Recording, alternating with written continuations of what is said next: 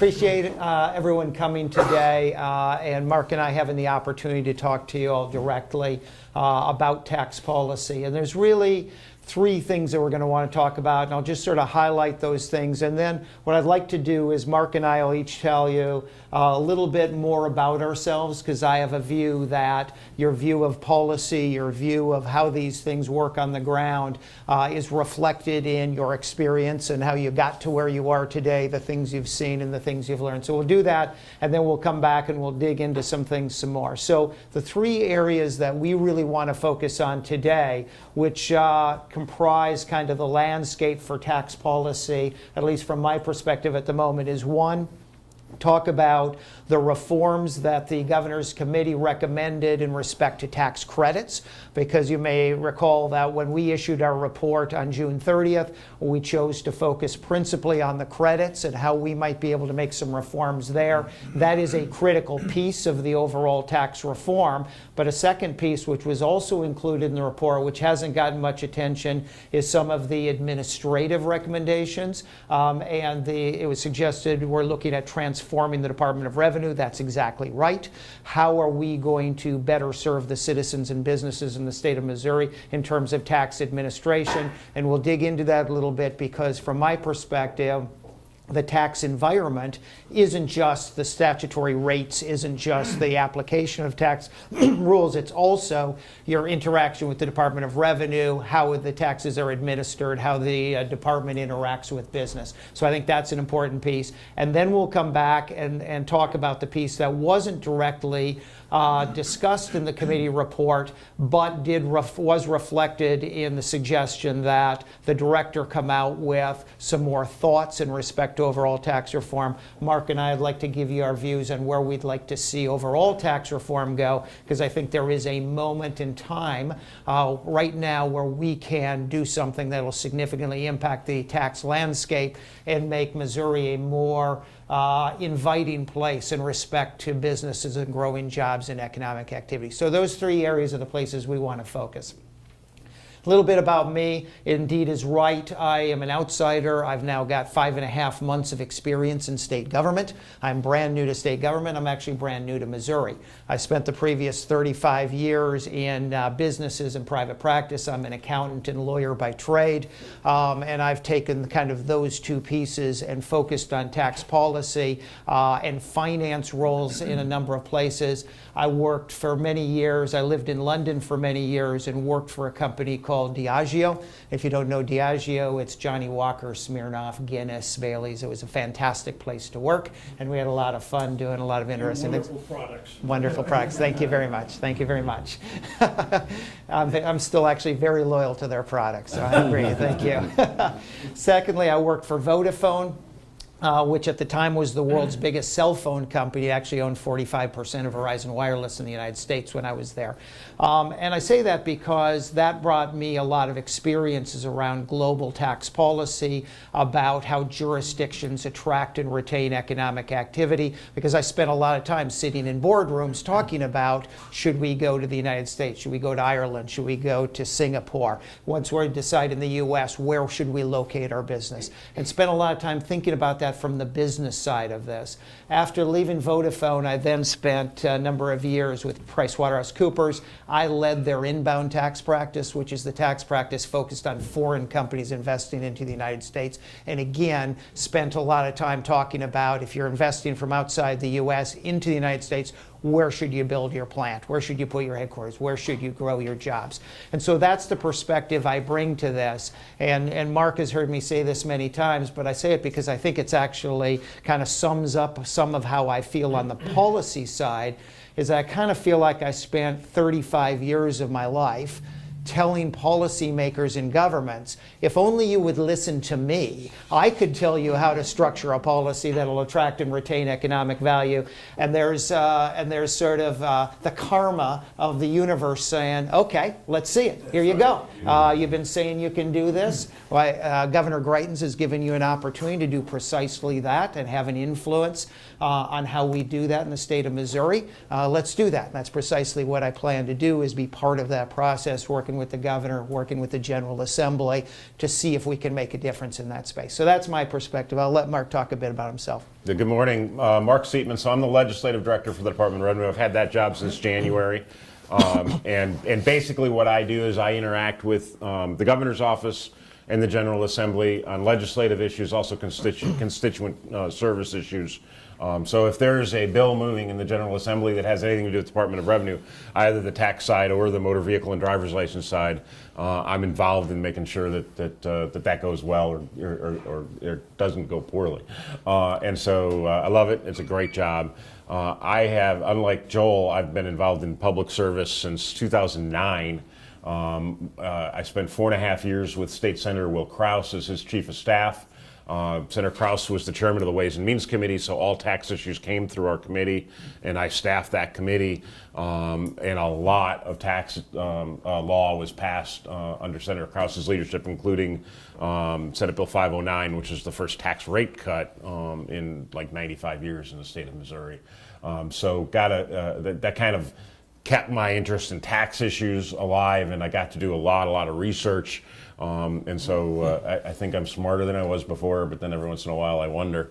I also spent a couple of years here and there in municipal and county government, so I've had some experience at all levels of government, and I think that helps me as well, because taxes is not just, and we'll talk about this a little, not just about state government. I mean, you know, we can change what we can change, but there are the things that we need to watch for. We need to watch for the federal and the cities and the states, and so that's important as well.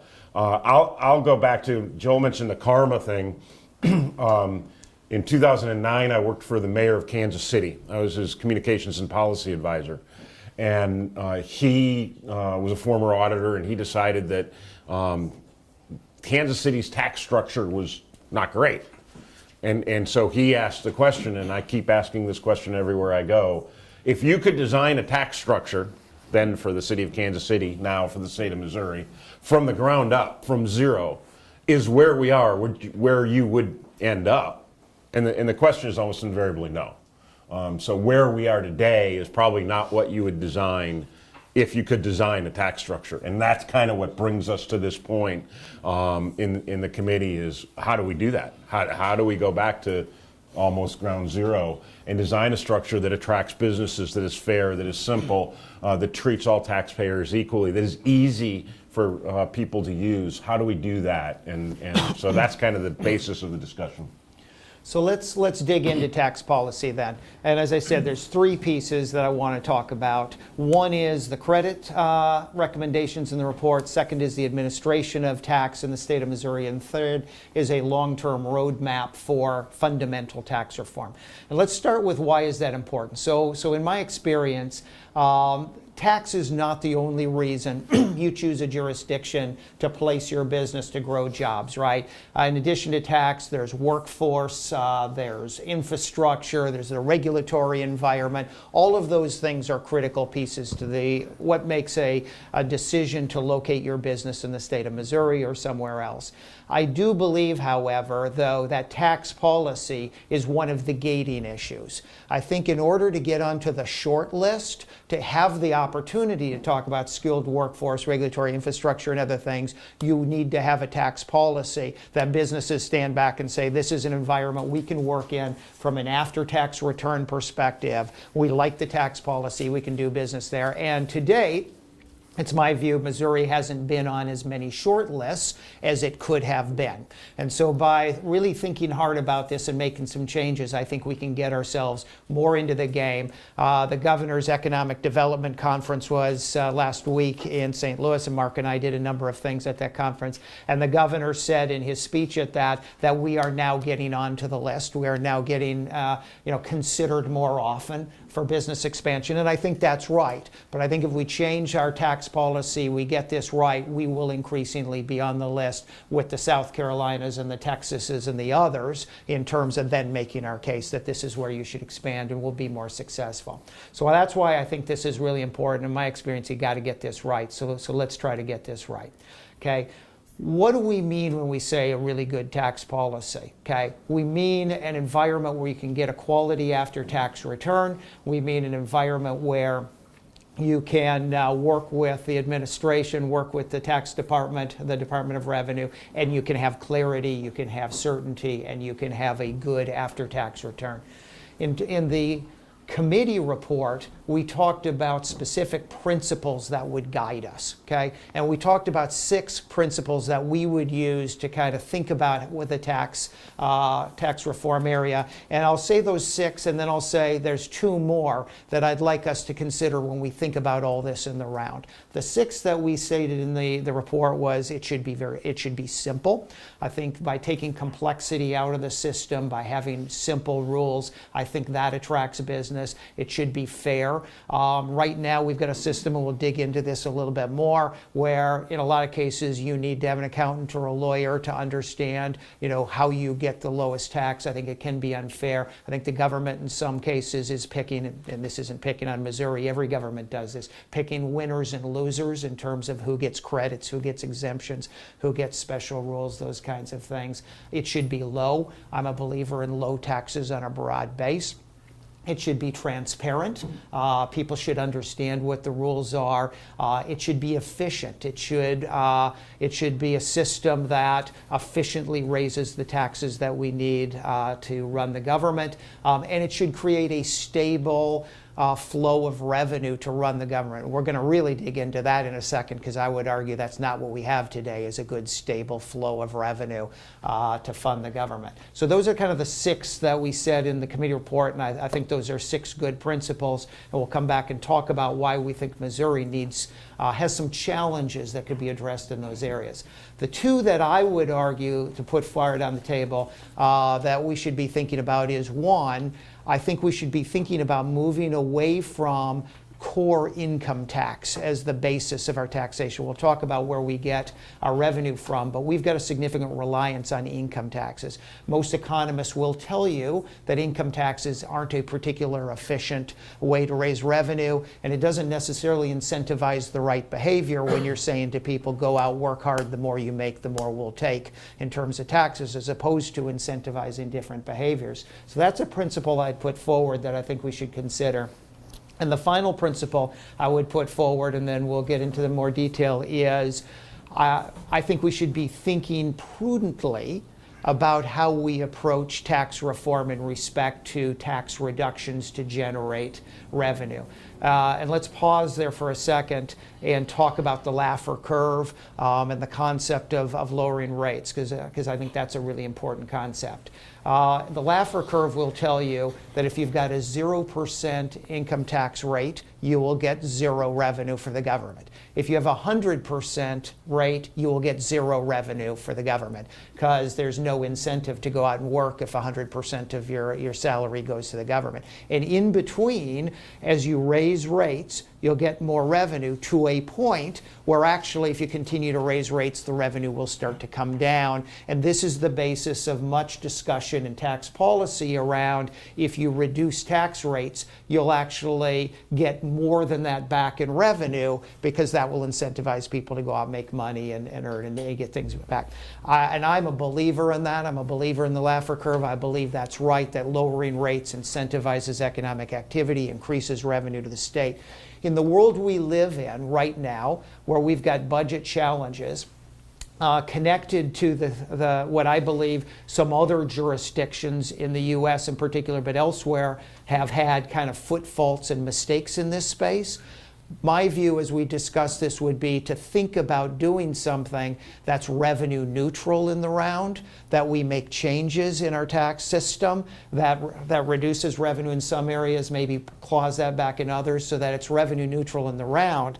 But getting the overall policy right will create that dynamic that it'll increase economic activity and raise revenue. So I'm going to pause and let Mark comment on any of that he wants, but that's all sort of my view on the principles and where we should be, how we should be thinking about tax in Missouri. No, I think Joel nailed it, and to get there, you need to start with knowing where you are, and so that's a key.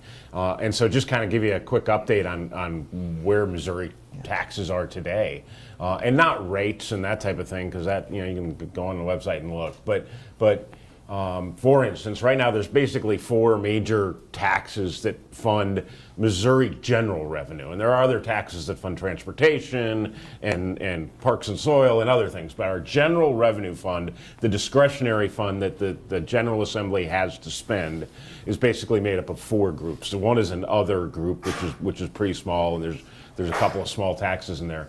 The next is a corporate income tax. And we'll come back to some more details about that in a second. Then there's our sales tax, which is the same rate on everything but food and a little bit lower rate on food. And then the personal income tax, individual income tax. So those are the 4 areas. If you looked at a pie chart of how that looks and what percentage each of those takes up, the other is very small. Corporate income tax, and Joel kind of alluded to special exemptions and that type of stuff. There are 600 exemptions, deductions, or credits in our corporate income tax. They get debated in the General Assembly a lot. It is probably, corporate income tax is probably the main point of discussion, other than SB 509 several years ago, which impacted individual. Individual never gets discussed in the General Assembly. It's always corporate. 3% of our revenues come from that revenue stream. 600 deductions, exemptions, and credits, but 3% of our state revenues come from that. Very, very small. And then sales tax, which also has 200 exemptions, deductions, and that also gets discussed heavily in the General Assembly. Those exemptions and deductions is about 25 or 30%. I'm sorry, not 25, but 20%. The big number is that our personal income tax or individual income tax makes up 70% of our revenue. And I can tell you, having done the research over the years, that other states are in the 40 to 45% range.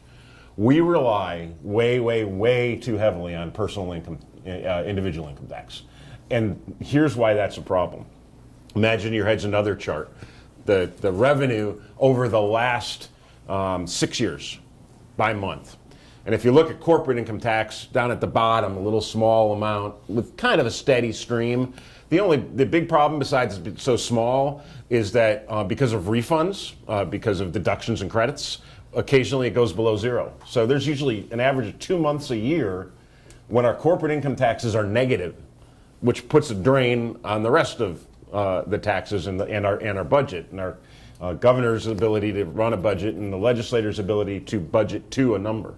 Other sales taxes is down there as well, real kind of small. A little bit higher is the sales tax. And again, it's a very steady stream. Even if you look at it by month, it doesn't vary by 10% or more. I think it's generally between 175 and 200,000 or something like that.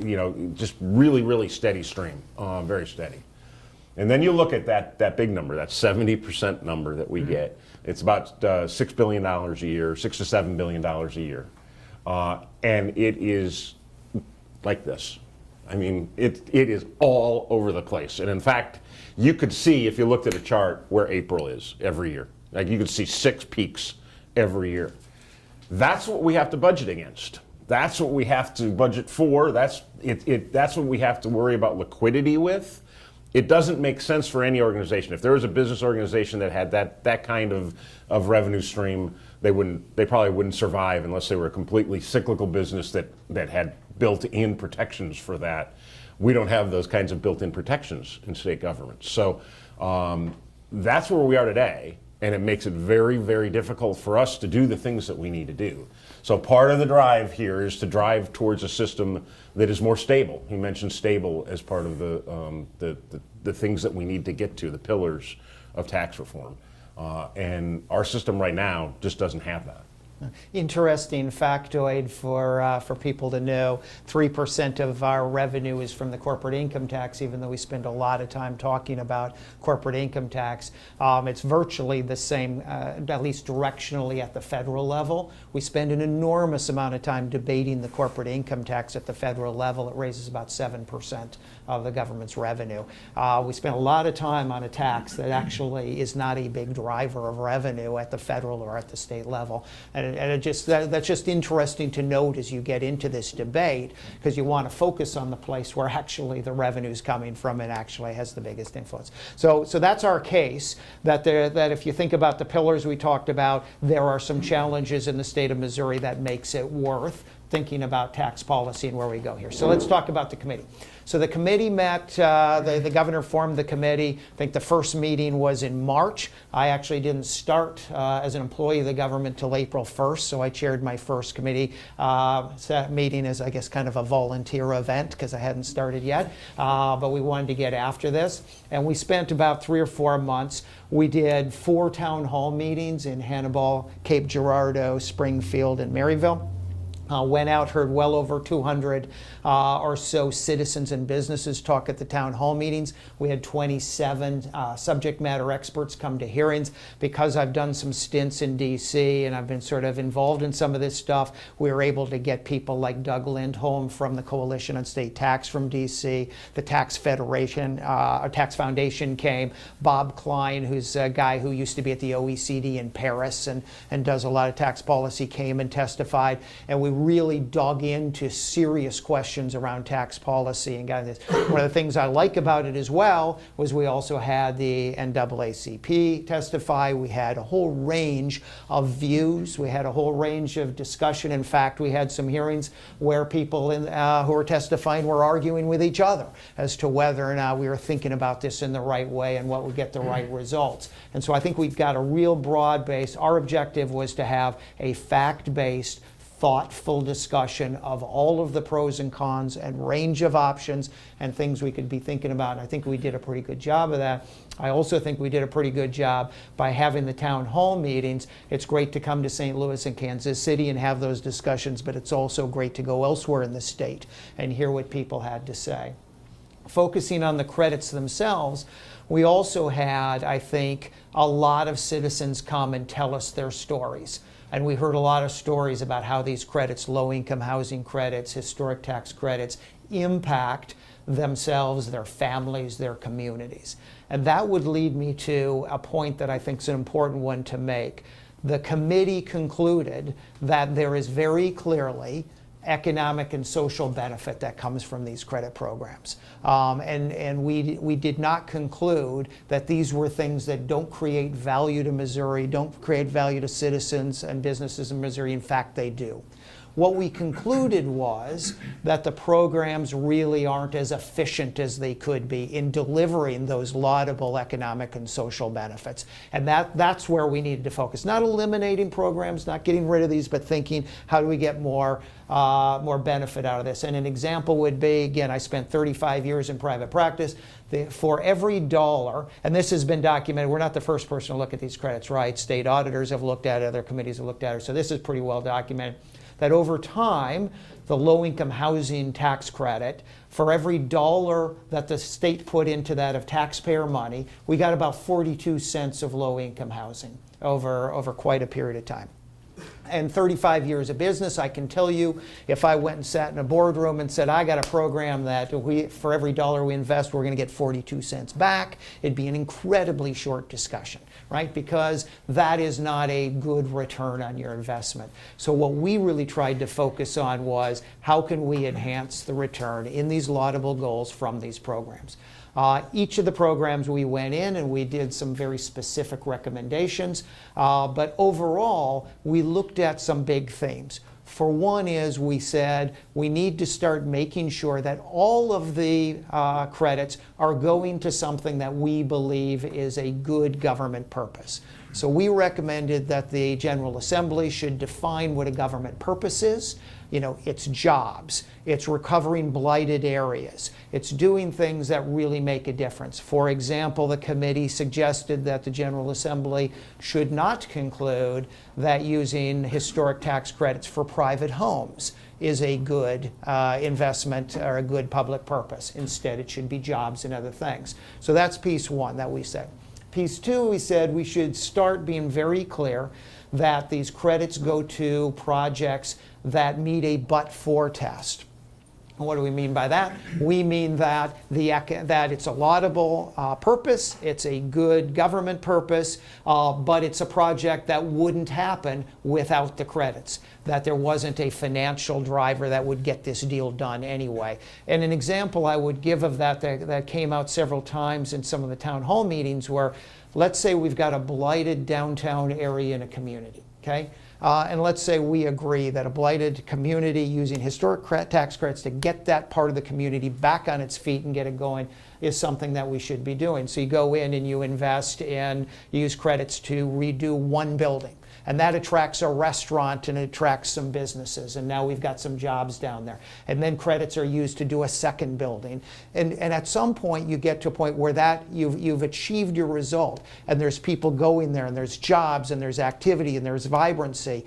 Now you start to question, when you do the last building on that block, are the credits necessary to get that done, or have you created a financial incentive for that last building to get redone and revitalized? I think that but-for question is really an important one. Another thing that we concluded was that we should make sure that we have discretion to only do projects that we think we get a valid return for, that we actually don't get 42 cents on our dollar. We get a return that's a sufficient return for our investment, particularly on the economic side as opposed to the social side. Then the other big thing that we recommended that I think doesn't get a lot of attention in the credit space, but I think is worthy of attention, is we recommended that we create a tax stabilization fund. And there's two pieces to that I think is important. One is we recommended that the money that goes into these credit programs be appropriated by the General Assembly and put into this separate fund to fund the credits. And the appropriation piece is an interesting one, right? We call on the General Assembly to make a lot of choices for us every day. They can choose to invest in education or infrastructure or other things. But yet these credit programs weren't subject to that same investment choice. We kind of viewed that as, well, that's a tax credit, that's not an investment. But a tax credit's precisely an investment. It is a choice to say, we're taking taxpayer money, we're not going to spend it on education or infrastructure, we're going to spend it on tax credits for low-income housing or other things, because that's what we want to do. We recommend that that money be appropriated by the General Assembly, a conscious decision be made, this money is going to these programs and it gets put into this fund. The second thing that I think the fund does, which I think is overlooked, which is really good, it ensures we have the cash on hand to pay for these credits. So when the cash runs out of the fund, there are no credits left. And I actually like it. It almost operates as a super cap to these credits, which I also like. And the third thing I like about it is, one of the things that I've noted is it doesn't feel like at the government level we think about capital issues the way you do in business. I was a treasurer of a pretty good sized company, so I think about things like liquidity, and I think about things like cash flows and spikes in cash flows. And you know, we have issues with cash from time to time throughout the year in the state of Missouri that we have to be thinking about liquidity. This super fund could actually be used as a valve for our liquidity crunches. We use the money for that for a liquidity crunch, but it's separated and it's used for these credits. And so that kind of got overlooked in the report, but some of my favorite features of the recommendations are in there. We can talk about specific credits if you want, but that's kind of the overarching themes, the way we want credits to go, and we made very specific recommendations that, you know, we'd like to see the General Assembly give serious thought to this year.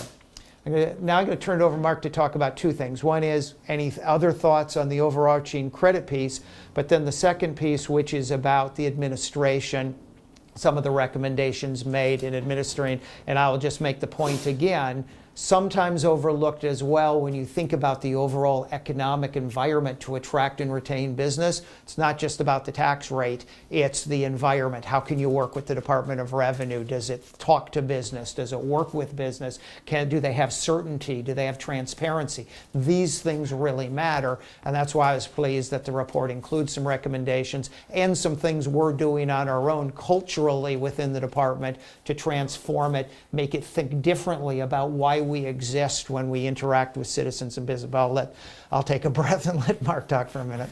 So on the tax credit, if you follow that at all, you know that there have been previous reports. The Governor Nixon had a committee in 2010. There was a committee in 2005. Auditors of both parties have done audit reports on these programs. None of those have been very favorable along the way, but also nothing has changed. The thing about the committee report that I really like is that it goes at it from a very different way. I mean, it used to be just cap this, sunset that, that's our recommendation. And we do have some of that, but we went beyond that. We said, how do you actually make these programs more efficient so we can reach the social goal of having more low-income housing where more low-income housing is needed, but we get twice as much for the dollar that we're spending. And so the two things that are very, very different, he mentioned the tax stabilization fund. Nothing like that has ever been proposed before. And we've had experts coming in from companies outside of the state to kind of help us build a model for that. It's not just a kind of pie in the sky thing. This could work. It could actually work. It could actually do a lot of good for the state. The other thing that wasn't mentioned right now, we have about $1.8 billion in outstanding credits that people like you hold in their hands in their desk drawers and their pockets, wherever they are, that is essentially debt to the state, but it doesn't show on the books. And that's a problem. 1.8 billion. There's another 1.2 billion that in tax credits that have been authorized but not issued yet. In other words, you're going to get it, you just don't have the paper yet. So it's $3 billion in outstanding debt that didn't go through the legislature, didn't go through the budget process, but we're still going to have to pay. It's still going to come out of that revenue stream at some point. By the way, most of it against the corporate tax, the little 3% corporate tax. That's where most of those credits are taken against. And so we are taking a look at, and there's a plan in the report to actually buy back some of those credits. There's a market for those credits. They're sold already on the market. Maybe if the state can bond and get some cash and buy back some of those, we pay less of your tax dollars to get those back than we would if they were used at 100% value. So I won't go into the details of the plan, but that's the kind of thought that's gone into this that I don't think's gone into any other thing before. The next thing that the report talked about was administration, and this is really key. So I do constituent services, and mostly for the legislators. So they get a call from one of their constituents that their taxes are messed up, or they can't get their driver's license, or they can't get their trailer license. They call me, and then I work with people in the department to get it taken care of.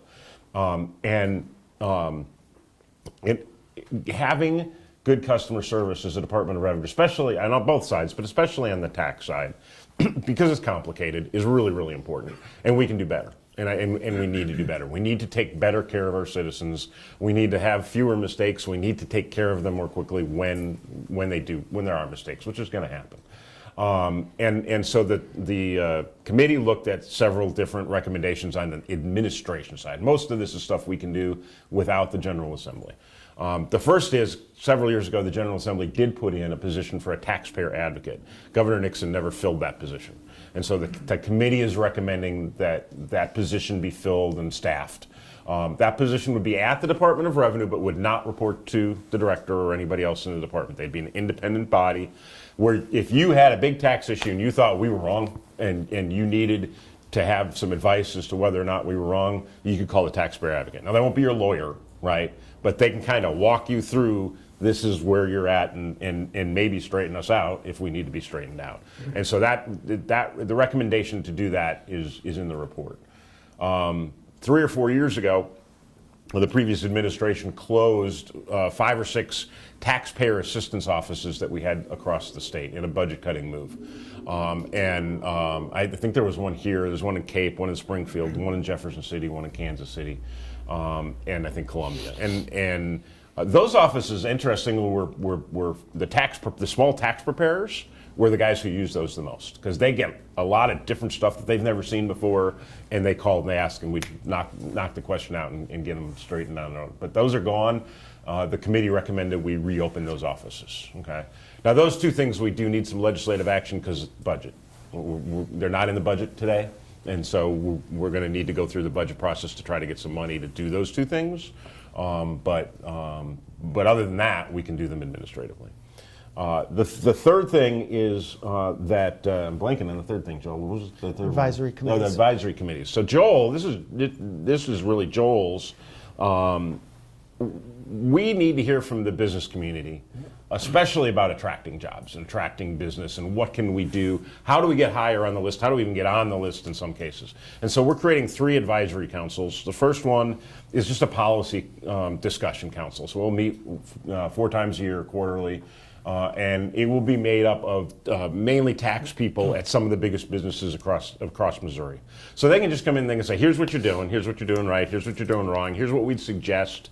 You know, a lot of that stuff we might, if we learn something like, okay, we can do this, it'd be great. We may have to go to the legislature. It's not administrative stuff, so we'd have to pass some legislation. But it's good to hear back from that community, from the business community.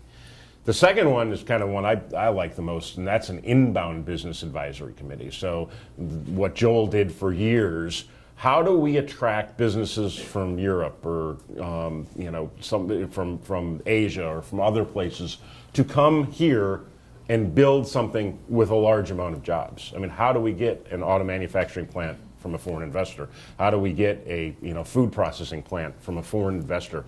What do we have to do to be South Carolina or Texas or Tennessee, who attract those types of things on a regular basis? Alabama. How do we get on that list and get those types of businesses? And so we have a council of some of the people who are already here in Missouri, some who Joel already knows, and some new ones that we're getting to know, to talk about that. And then the third one is an administrative advisory council, and that'll be made up of business groups, the chamber and Associated Industries and NFIB, and small tax preparers and other people who have to interact with us on a regular basis on an administrative side to help us understand a little bit better more how to do that. And then the last thing, has anybody heard of the governor's project that's going on right now, No Mo Red Tape? Has anybody heard of that? So the governor, when he came in, froze all regulations to start with, all new regulations, no new regulations to come in at all.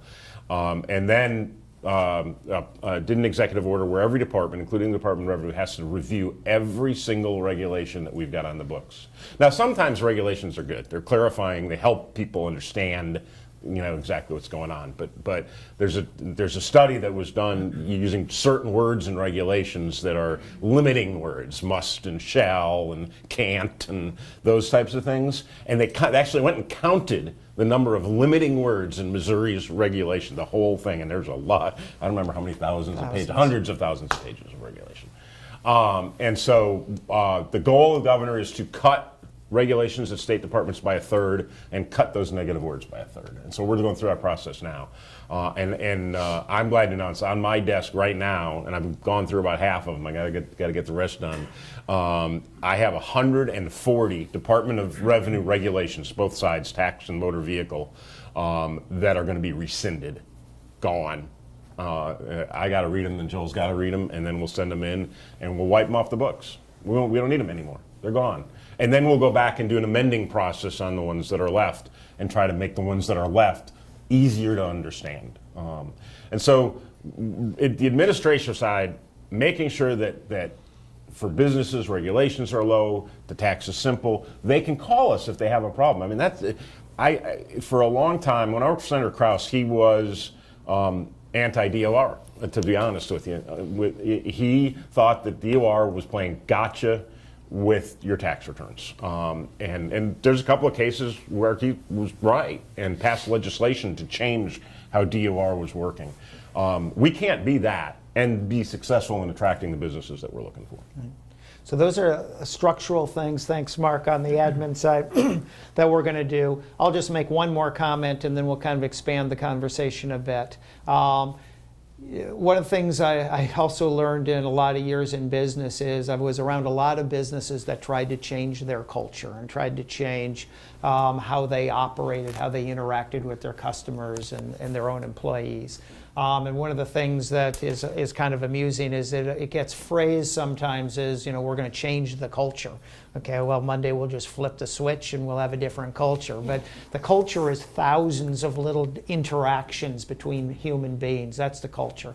And we are working very hard, even as we do these structural things, even as we try to become, part of the business community and interact with business and enhance the environment. We're really working on, with our 1,300 employees, what is our purpose? Why are we there? And we are there to help the citizens and businesses of Missouri meet their obligations. We have a role to play to collect taxes, enforce laws, and we plan to do that. But our ultimate purpose is to be the face of the government to help citizens and businesses. And culturally, we're trying to do, and some of these are little things, but it's a little thing.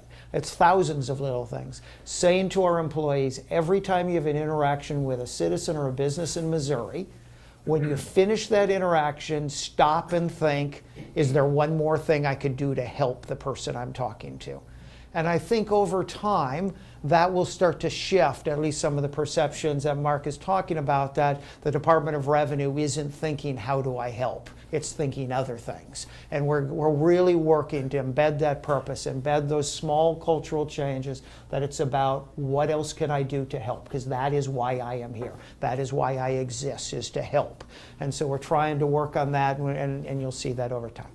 Last topic. So hopefully we've made the case to some extent that we think that there are challenges in the Missouri system, over-reliance on income tax, an unstable flow of revenue, over 1,000 exemptions just if you count corporate income tax and sales tax and different credits and different regimes. All of that makes us kind of middle of the pack when people think about us as a tax environment. There's been articles reported we're low tax based on the statutory rate. Saw something yesterday that says we're high tax based on effective tax rates. All of that's probably statistically right. But in the community, we are viewed as middle of the road. Every time Tax Foundation or Cost or somebody does an analysis of us, we're 24, 25, 26, 27. We're right there in the middle. So how do we move that up? Try to do things that I'd like to see us have in a package of things that shift us away from this reliance on income tax, gives us a more stable flow of revenue, and does a number of things. The credit piece, I think, is a critical first piece of that package.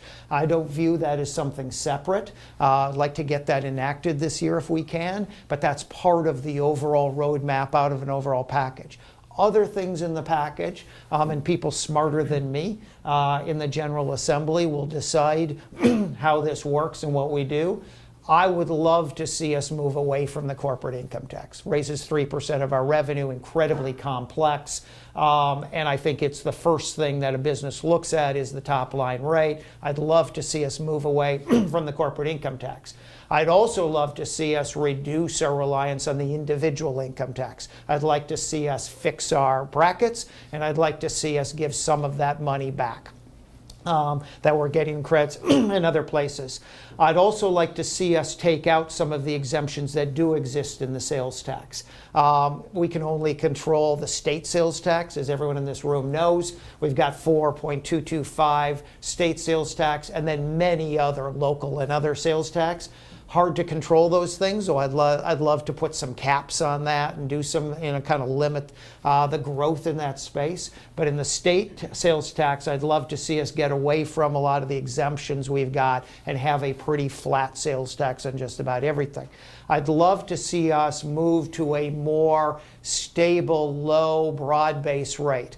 And I throw this out as an example because I like it. Ohio went to something called a CAT. And a CAT, it's 1/4% on your gross receipts. Okay? It's the epitome of you can do your taxes on a postcard. It's what were your sales this year in the state of Ohio times 1/4%. That's the entire tax return. And 1/4%, obviously, is a very low rate. Gross receipts is a very broad base because you don't have a lot of deductions and credits and exemptions. It's your gross receipts times it's very.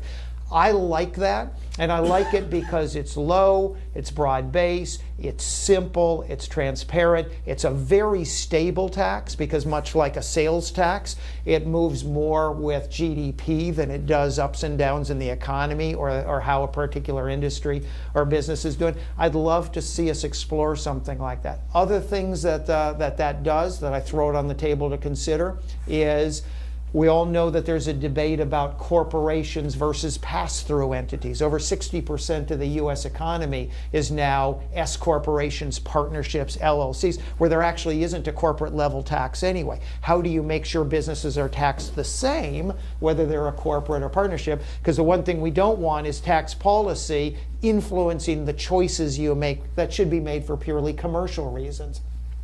This tax just applies to everybody. Everybody in business just pays the same tax. Be a partnership, be a corporation, couldn't care less. We'd just tax you at the same rate. I like it for that reason. Another thing I kind of like about it is it's a tool to get at one of the issues that I know you've heard of is a big issue is online sellers into Missouri who don't have people or payroll here, who therefore aren't collecting sales tax. Won't bore you, but a big piece of that relates to a very old Supreme Court decision that focuses on sales tax. A gross receipts tax, we could collect that tax more easily from online sellers. So there's a number of reasons why I would throw that out there as something that I think we should consider. I think we should consider as part of a package indexing or catching up our indexing on fuel taxes and using some of that money for infrastructure, which we badly need. I would consider doing something for the working poor.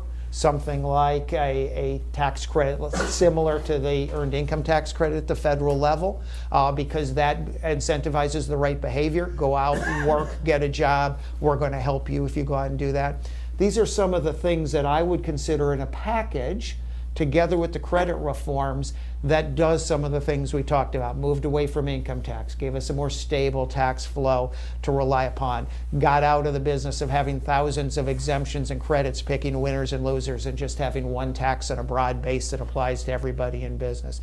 These are some of the things I'd like to see us consider going forward. Mark, comments? Yeah, and I think that the important point there is to go back to something Joel said earlier, which is that we see this, and again, we see this as a revenue neutral package. This is not revenue cut. This is not tax cuts, right? This is the whole package together would have to be revenue neutral.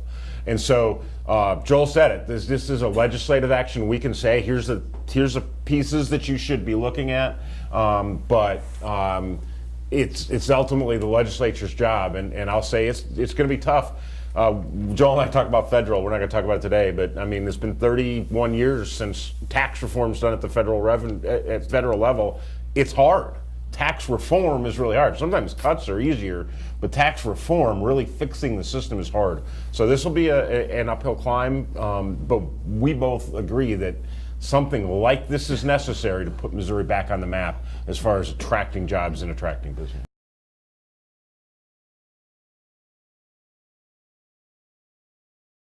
Yeah, so we're only, I'm the director of revenue and I'm focused on tax policy, and I've been asked to do a white paper on tax policy. So that's what I'm focusing on. I always believe to the extent you can make government smaller, you should be making government smaller, but that's not necessarily our direct But again, role. the package we're talking about is revenue neutral, so there would, just that alone would cause no cuts. Right. Okay.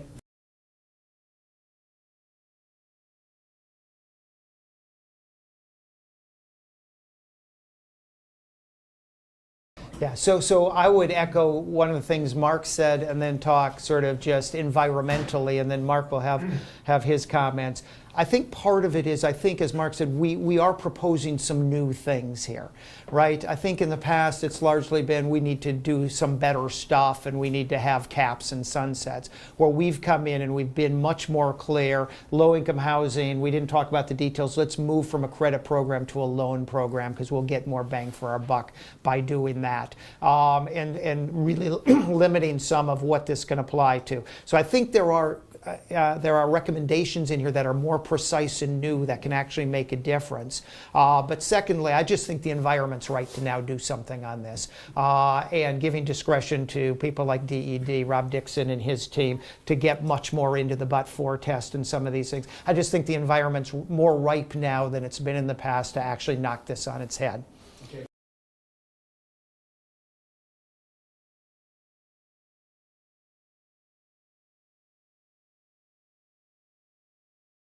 I'm not familiar with the Business Retention Expansion Committee. I'll look into that, but I don't believe that we have any. But one of the things that the governor and his cabinet, including Joel, has been talking about is having a coordinated effort so that if XYZ company is looking for a new, headquarters, for instance, that revenue, agriculture, economic development, everybody gets together and we're all on the same page. And I don't know that that's happened really well before. Not familiar with that committee, and they may play a role in that, but I think we can have a bigger role. Remind me of the first question real quick. Film tax. The film tax. So that's a legislative matter. That's a policy matter. We did not discuss it in the report.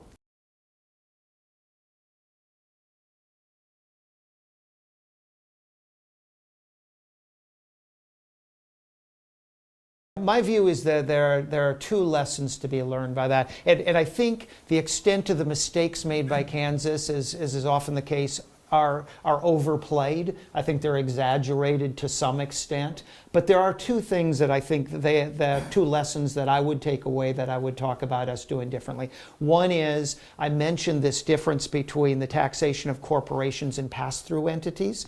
What they really did was they exempted pass-through entities, which created the opportunity. I could put myself into an LLC and pay zero tax under the proposals that they'd passed. I think that was a mistake, a lesson, and we would not do that. We would try to equalize pass-throughs and corporations. And the second thing that they did was, going back to this Laffer curve, I think what they were proposing was significant tax reductions that would come back in increased revenue. I would suggest, to the extent we do tax reductions, we have more triggers and more controls, so they only go into effect as that revenue comes in. And secondly, overall, I'd recommend we do a revenue neutral package anyway, so it's positive from zero as opposed to positive from negative. Those are, for me, the lessons. 4 words, too much, too fast. I mean, yeah. Thank you.